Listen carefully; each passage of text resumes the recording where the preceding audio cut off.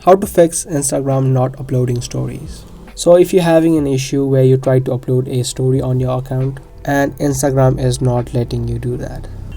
Now this could be caused due to several reasons, but the main reason is that Instagram is having an issue right now.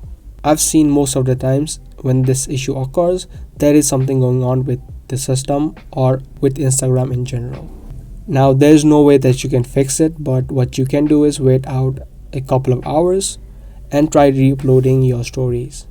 Most of the times I have seen that it works completely fine. And the other thing that you can also do is, if you can't upload a particular story on Instagram, you can head back, close your application of Instagram and reopen it and try uploading. You can do it a couple of times and this should also help you uploading in stories. Now the third thing that you can try out is, if Instagram is not facing any issues but you still are, you need to open up your Play Store or the App Store and update the app of Instagram.